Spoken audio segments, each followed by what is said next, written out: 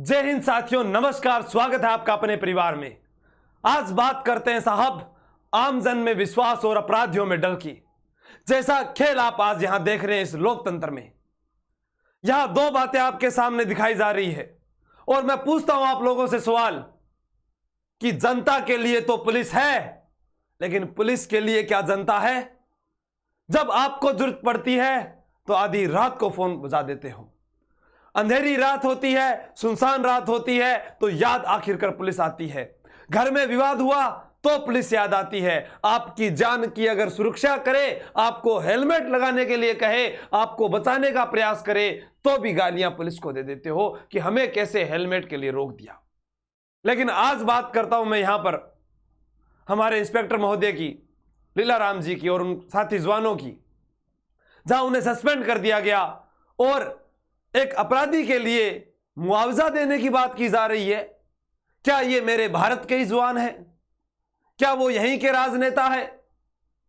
अगर कोई मां अपने बेटे को कहे कि बेटा पढ़ लिख और वर्दी पहन, इंस्पेक्टर बन, और एक तरफ कोई मां ये कहे कि बेटा गैंगस्टर बन, 25 लाख रुपए मिलेंगे, तो वो पहले किसकी ओर जाएगा कि मां 25 लाख मिलेंगे, हम तो उधर जाते हैं।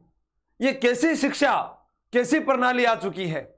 एक अपराधी आकर बोल देता है कि तुम पुलिस वाले नामर्द बने बैठे हो, तुम्हारे पास हथियार तो है लेकिन उसमें गोलियां नहीं है। लेकिन एक पुलिस वाला वो कहता है कि मेरे पास हथियार भी है और गोली भी है, और जिस दिन ठोक दी तुम्हारे शरीर में इतना आयरन भर देंगे कि पहचानना मुश्किल हो जाएगा। लेकिन जिस दिन ठोक दिया जाता है, इनकाउंटर हो जाता है, उस दिन यही धरना प्रदर्शन लग जाता है। मेरे साथी युवा विद्यार्थी मुझे हर बार कहते हैं कि सर हमारी मांग रखो, हमारी मांग रखो। आज मैं आप लोगों को कहता हूं कि हमारी मांग किसने रखी। यहां यह न्यूज पढ़िएगा कि 7-8 बदमाशों के सामने नहीं टिक सके 4 जवान, पिस्टल बंदूक होने के बाद भी छिपे, 100 मीटर दूर छिपकर देखते रहे जलती गाड़ी। दिन भर पूछताछ के बाद एसपी ने चारों जवानों को सस्पेंड किया। जवानों के पास पिस्टल और बंदूक तो फायर क्यों नहीं किए? जब उनके पास पिस्टल है, बंदूक है, गोलियां हैं, तो फायर क्यों नहीं किए? तो भी सस्पेंड कर दिया गया। और जब एक ईमानदार पुलिसकर्मी ने एक अपराधी के लिए फायर किया और उस पर 302 का मुकदमा लगा दिया गया। आप जांच के लिए सस्पेंड कर दें, मान लिया आपने कर दिया, लेकिन 302 का मुकदमा हमें पढ़ाया जाता है कि अपनी आत्मरक्षा के लिए किया गया प्रहार कभी भी आत्महत्या में नहीं, किसी मर्डर में नहीं आता है। जब हम 302, आज मुझे कोई मारने की कोशिश कर रहा है और मैं अपने आप को बचाने के लिए अगले वाले को मार दूं तो मुझ पर भी 302 का मुकदमा लग जाएगा साहब। यह कैसा न्याय है? कैसी प्रणाली है? पटियां खोलो, न्याय चाहिए, न्याय। अब कोई सामने से आता है और वो गोलियां चला रहा है, हम उनका फूलों की माला लेकर स्वागत करें कि आइए मारिए हमें, हम सिर्फ मरने के लिए आए हैं। हमारे पास जो हथियार है वो दिखाने के लिए है। तीर भी चलाओ और परिंदों को भी बचाओ, ऐसा कैसे होगा? एक पुलिसकर्मी जिसे ना रविवार मिलता है, ना कोई त्योहार का अवकाश मिलता है, वह तनावग्रस्त रहता है, वो अपनी छुट्टियां घर बिता नहीं सकता। और जब ऐसी समस्या आ जाए तो आसपास का माहौल और उसका परिवार कैसे रहेगा, कैसे सोचेगा? कैसे कोई बाप, कोई मां अपने बेटों को कहेगी जा तू पुलिस में भर्ती हो जा? समाज को जागना होगा, आपको सत्य का साथ देना होगा। जब हम भी साथ नहीं देंगे, इल्जाम लगाएंगे, अभी भी देखना वीडियो में कमेंट कर देंगे कि नहीं सर ये तो ऐसे है। मैं पूछता हूं राजस्थान की इस धरा से कि जब 5000 कांस्टेबल की भर्ती निकलती है तो फिर 18 लाख युवा फार्म क्यों भरते हैं? जो इस खाकी को गाली देता है वही इसमें भर्ती होने के लिए क्यों आता है? आप लोगों की आत्मा जागती है, आप लोगों का मन करता है कि वर्दी चाहिए, और उसके बाद आप ही उन पर इल्जाम लगा देते हो। जिसका खाओ उसी की बेइज्जती, उसी के ऊपर इल्जाम। जब आप इस फील्ड में आओगे तब पता लगेगा। आपके सामने मुजरिम आ गया कि सर हमें तो गालियां दी जा रही है, हमारे साथ अपशब्दों का प्रयोग किया जा रहा है। आपने कार्य कैसा किया है?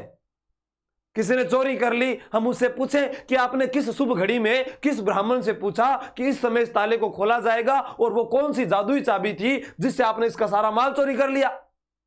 उसको मारे नहीं। किसी ने खून कर दिया, उससे पूछे भाई आपके पास कौन सा धारदार हथियार था?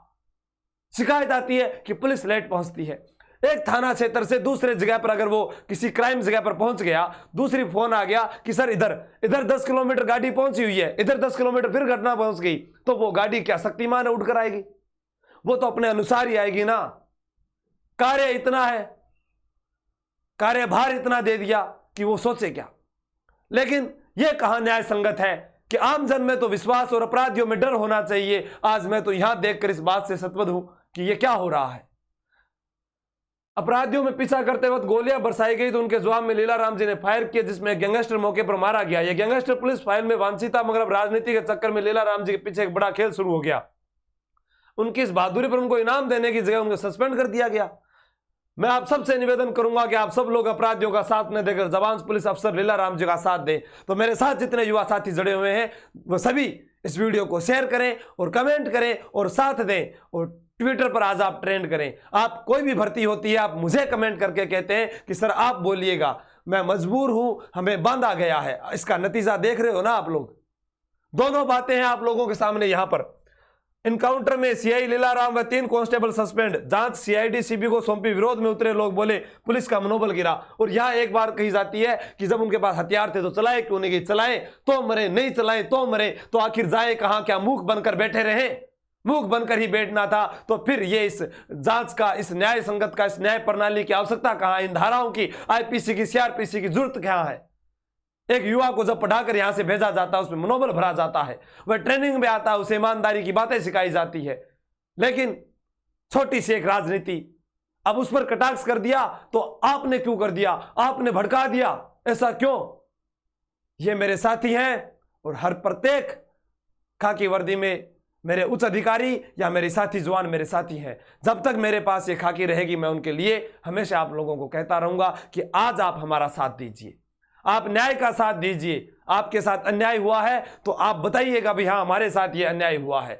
अन्याय तभी होता है जब आप खुद गलत होते हैं। कभी पुलिस ने आपको गलत नहीं रोका है, सीट बेल्ट आप पर नहीं होता है, सिफारिश करने के लिए आप 4 फोन करते हैं, हेलमेट आपके सर पर नहीं होता है, आपकी सुरक्षा के लिए ही कहा जाता है, आप फोन करते हैं। नो पार्किंग में गाड़ी आप खड़ी कर देते हैं, चालान आपका कर दिया जाता है, अधिकारी से फोन आप करवा देते हैं। अवैध खनन का काम आप लोग करते हैं, जब रोका जाए तो पैसा थमा दिया जाता है। तो आप लोग गलत कर रहे हैं, यहां तो सब सही चल रहा है। आप पहले सुधरिए, अपने आप को सुधारिए, ऐसा कभी नहीं होगा। लेकिन आज आपको साथ देना पड़ेगा, आज ये बात आपको उठानी पड़ेगी। जिस तरीके से आपने ट्विटर पर ट्रेंड किया, वैसे ही आज आप मनोबल बढ़ाइए इस परिवार का, हमारे इस परिवार का, इस पुलिस का, इस विभाग का, ताकि सत्यमेव जयते। क्योंकि सत्य कभी भी परेशान हो सकता है पर पराजित नहीं हो सकता, ये ध्यान रखना। जय हिंद, जय भारत। जोश और जुनून बनाए रखो साथियों, और उम्मीद रखो कि हमें न्याय मिलेगा। जय हिंद, जय भारत।